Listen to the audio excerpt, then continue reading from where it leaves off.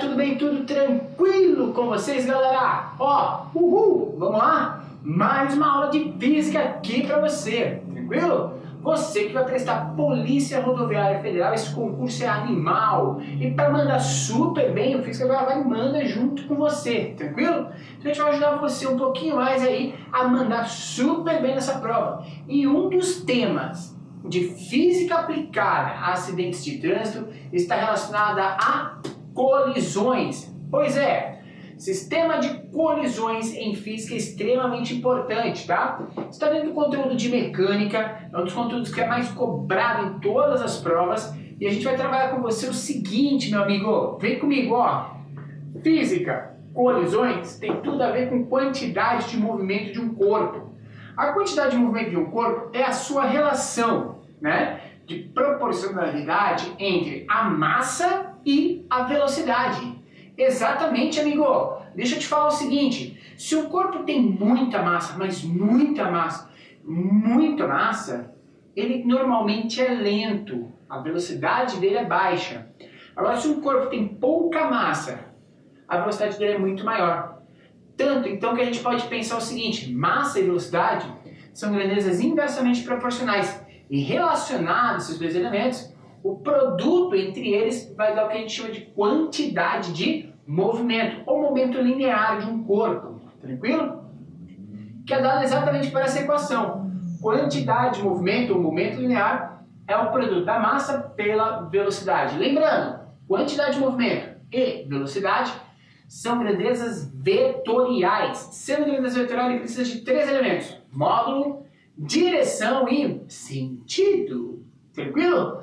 Feito isso, galera, a gente tem que pensar o seguinte, olha, vamos pensar a colisão de dois veículos aí, certo? Na colisão de dois veículos, você tem que imaginar que o sistema está isolado. Então a gente vai tirar toda a ação de forças externas, toda a ação de desatenção, toda a relação de resistência do ar, resistência de pneus, a gente vai pensar só nos veículos. O que vai acontecer? Se a gente pensar num sistema isolado, que seria uma situação perfeita para a gente estudar, a gente pensaria o seguinte, toda vez que o sistema é isolado, a quantidade de movimento inicial é igual à quantidade de movimento final, tranquilo? Se a quantidade de movimento inicial e a final são exatamente iguais, é tranquilo relacionar esse tipo de sistema, certo? Como assim, professor, tranquilo relacionar esse tipo de sistema? Deixa eu falar para você o seguinte, ó. Vamos pensar na seguinte situação. Pensando aqui em colisões, tá? Vou apagar aqui pra gente, vou apagar aqui, ó. Vamos pensar nessa relação de quantidade de movimento, amigo. Saca só, se eu tiver um corpo qualquer, massa, 2 kg, velocidade inicial, 2 metros por segundo. Um outro corpinho que está parado, esse corpo está vindo nessa direção, esse corpinho está com massa de 3 kg, velocidade inicial 0, beleza? Aí eles colidem, né? Tá vendo que o primeiro corpo está vindo em direção ao segundo e bum, vai dar aquela pancada. Com essa pancada, os dois corpos vão acabar saindo juntos. Isso é um probleminha aí básico, tá?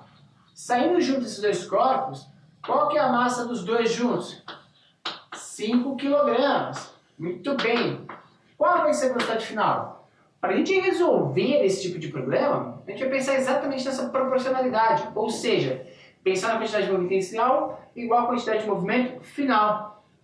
No início, a gente tem massa do primeiro vezes a velocidade do primeiro, mais massa do segundo vezes a velocidade do segundo, que tem que ser igual a massa do conjunto vezes a velocidade final. Perceba o seguinte, perceba, meu amigo, que aqui a gente tem 2 de massa, né, e 2 de velocidade, tá show? Aqui a gente tem 3 de massa e 0 de velocidade, que faz com que esse cara já dê 0 logo de cara. Esse daqui a gente tem 5 de massa e VF. Fazendo isso, ficou 2 vezes 2, que é 4, e 4 é igual a 5 vezes a velocidade final. Logo, a velocidade final do corpo é igual a 4 dividido por 5, que dá 0,8 metros por segundo, tá? Então, a velocidade final desse tipo de sistema é 0,8 metros por segundo. Vou colocar aqui, ó. Então, a gente consegue encontrar qual que é a velocidade que esses corpos se movimentam após uma determinada colisão. Não é difícil, simplesmente necessita que você pratique, que você entenda, compreenda todo o problema acontecendo para que você gabarite a sua prova, tranquilo? Tipos de colisões. Gente, existem 3 tipos básicos de colisões que a gente pode analisar.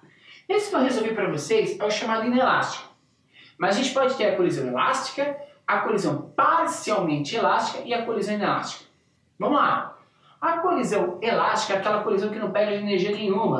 É uma colisão perfeita, toda a energia é transferida e tal, que praticamente não ocorre no nosso mundo, né? Não ocorre naturalmente, ok? Normalmente esse tipo de colisão vai acontecer em sistemas microscópicos, colisão de partículas, aí tudo bem. Mas pensando no mundo macro, onde a gente vive, nos acidentes de trânsito que a gente pode ter, normalmente a gente não vai ter esse tipo de colisão. Por quê? Porque eu não posso ter nenhuma energia perdida. E toda colisão que você tem energia por atrito perdida, ou seja, aquecimento, os carros acabam amassando, isso dá uma qualidade de perda energética.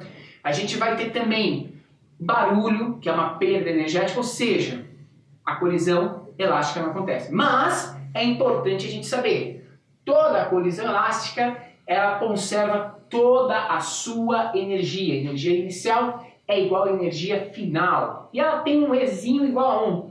O que é esse Ezinho? É o coeficiente de restituição. É a relação do que está acontecendo antes com o que está acontecendo depois. Ou seja, o coeficiente de restituição de determinado sistema é a velocidade de afastamento, então a velocidade relativa entre os dois veículos se afastando após a colisão, dividido pela velocidade de aproximação. Se isso for igual, significa que essa divisão vai dar 1, ou seja, vai significar que toda a energia foi conservada. Essa é a única condição para isso acontecer, beleza? Caso os dois corpos se separem após a colisão, houve uma batida, os dois veículos se separaram após a colisão, isso vai ser considerado uma colisão perfeitamente elástica? Não, vai ser considerado uma colisão parcialmente elástica. Por que parcialmente elástica? Porque a gente vai ouvir barulho, a gente vai ter atrito, a gente vai ter aquecimento e os corpos saíram separados. Ou seja, ainda existe um afastamento entre eles, mas não é igual ou proporcional à aproximação que havia antes. Ou seja, eles saem mais lentamente, certo? A energia em si, cinética após, existe, tudo tranquilo, existe um afastamento, mas não é igual ao que tinha antes. Então, o coeficiente de restituição vai ser qualquer valor aí entre 0 e 1. Tranquilo? Então, olha lá. Quando os dois corpos saem afastados, você pode ter a colisão elástica, conservou toda a energia, mas isso só acontece no mundo microscópico, e a parcialmente elástica, que é quando você perde parte da sua energia. Show! Agora, galera, e quando os corpos saem juntos? Bateu, os dois corpos saíram juntos. Nossa senhora, essa doeu. Gente, quando os dois corpos saem juntos, tranquilo? A gente chama de colisão inelástica, ou seja, não teve elasticidade, os corpos acabaram saindo juntos, tranquilo? Ou seja, não vai existir velocidade de afastamento. Por quê? Porque eles têm a mesma velocidade, eles estão grudados após a colisão. E quando eles estão grudados após a colisão, não tendo velocidade de afastamento, o coeficiente de restituição é igual a 0. A gente diz que nesse tipo de colisão quase toda a energia é perdida. Isso é importante numa colisão de veículos, sabia?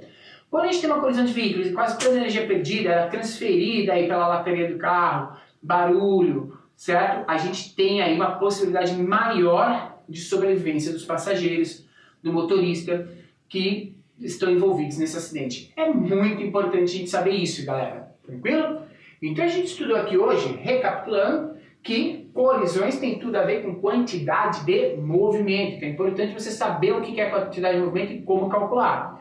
Partindo dessa quantidade de movimento, que é uma grandeza vetorial, e é a relação entre massa e velocidade, a gente disse que um sistema isolado tem como princípio que a quantidade de movimento inicial é igual à quantidade de movimento final, que é o que normalmente acontece em acidentes, certo? Os tipos de colisões: elástica, parcialmente elástica e inelástica. Isso tem a ver com os corpos saírem juntos ou se separarem após a colisão. Separando-se, pode ser elástica ou parcialmente elástica. O que diferencia se perdeu ou não energia? Elástica não perde nada da energia. A parcialmente elástica perde uma parte da sua energia, o que faz que eles fiquem com valores diferentes de coeficiente de restituição. Elástica, coeficiente de restituição igual a 1. Parcialmente elástica, entre 0 e 1. E se os corpos saírem juntos, coeficiente de restituição igual a 0, significa que quase toda a energia foi perdida, os veículos saem com a mesma velocidade, saem juntos, grudados. Certo? Lembrando que o coeficiente de restituição é a velocidade de afastamento dividido pela velocidade de aproximação dos veículos. Galera, esse foi o nosso vídeo sobre colisões, ajudando você a refrescar sua memória e mandar super bem na prova da Polícia Rodoviária Federal. Deixa aqui nos comentários se você curtiu esse vídeo, não deixe de se inscrever no nosso canal e ó, aquele like, beleza? Taca o dedo aí e manda um like pra gente. A gente volta em breve com mais uma aula pra você. Valeu, galera, até a próxima e tchau!